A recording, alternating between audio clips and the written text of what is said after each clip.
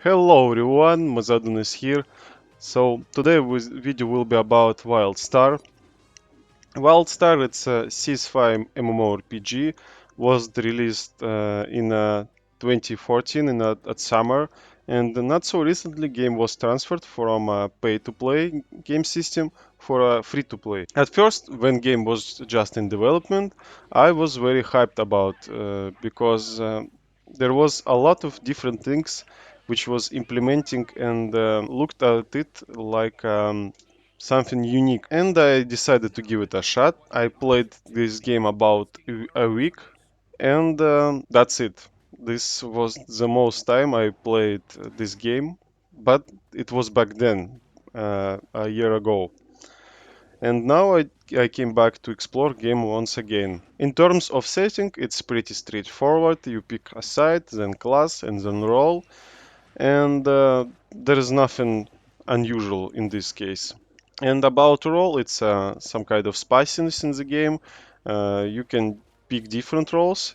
Let's say, for example, you can pick a role which you have to fight more monsters on, or you have to explore different locations on, or build some kind of houses with a working branch when other players can make some stuff. So that's it. And first of all, you pick in some kind of preparedness for the game. You choose between novice at MMORPG and the person who played MMO and who played WildStar already. So I picked third one, and this is moment when I realized I was fucked, like very fucked, guys. So many things was happening on the screen. Different quest windows, inventory, login rewards. A lot of this stuff was just at the same time. Different quest advices, a lot of stuff. So, and they're throwing it randomly at you. You just have to skip it or click OK just to get rid of them. And the lore stuff. So, a lot of different things.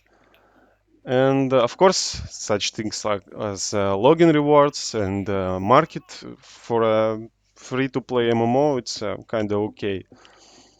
So HUD is awful. A lot of different things are not useful at this moment. So they should be implemented step by step uh, when you are progressing through the game. And this makes game more complexive. So the new player will be some kind of shocked state because he don't know what to do. And honestly, I am as an experienced player in MMO, I was kind of dazed with this kind of greetings. You have to progress through the location, of course, and you pick quests, but there is a lot of things you can interact in this location. For example, you're starting at your beginning. There is some kind of portal, lore book, a lot of quest givers, and all of this, of course, at the same time. And you have to click this one, that one, just to make sure you don't miss anything because probably it might be important for you and you don't want to, of course, run around whole location back to pick some kind of book. In terms of questioning, it was actually okay, nothing special. You just pick a quest, then you going killing this monster or collecting things, and then you're completing quest via radio, so you don't have to go back to the quest giver. Role quests are pretty much the same. In terms of PvP experience, guys, it was just hilarious. Just look for a straight 10 seconds of PvP.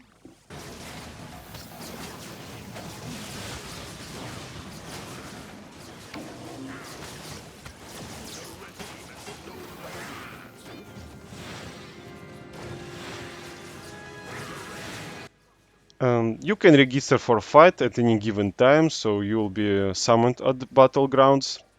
And this is usual experience today for any MMORPG.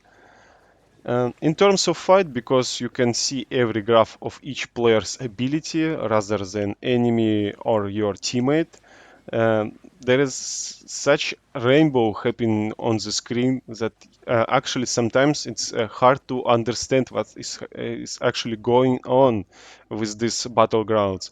Who have this thing which you have to fight back to take, or who you should focus, because there is no any actual targeting.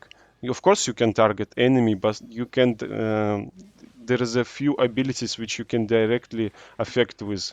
You just have to use these abilities with AOE graphs, and this makes this battleground experience feel like some kind of mess, because just players stamping each other, throwing abilities, and that's it. So nothing special. And I played these battlegrounds up about 10 times. This was an awful experience because I just tried to understand what is happening in this game.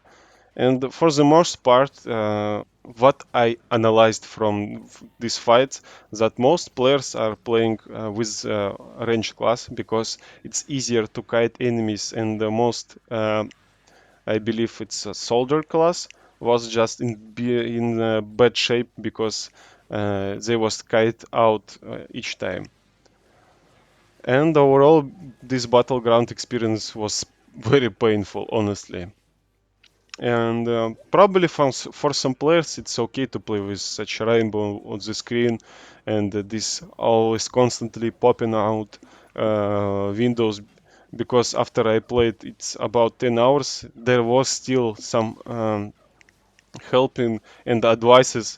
Uh, at this point, if you're playing MMO about 10 hours, you should already knew the basics, and there won't be any pop out windows, just because you already know all the basics, and this should be just explain probably new location, but this was constantly happening to me. And I played this game in relaxed mode, so I got some time to explore the world, to explore the role system, just to look at the game and what it offers. And then I explored battleground experience PvP. And that's it. So as back then, nothing really changed. So I decided just to quit. I quit the game. I had this footage, and I don't want to log in anymore in game because nothing drags me in. So because I had such painful experience, honestly. And that's it. So, in conclusion, what I can say about this game, I recommend to play this project just to make your own opinion, just to have your vision about the MMORPG market at this point. What offers do we have? What games are decent or not? So, and a lot of this comes in this perspective.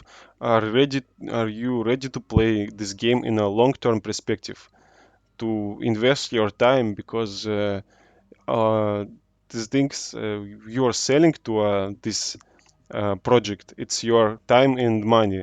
Are you ready to spend it like this for this experience? I don't know, maybe it's your call to decide. So, and of course, there is a lot more other MMOs which you can play for free. I'll probably will be covering others, and I'll be giving my opinion about this experience.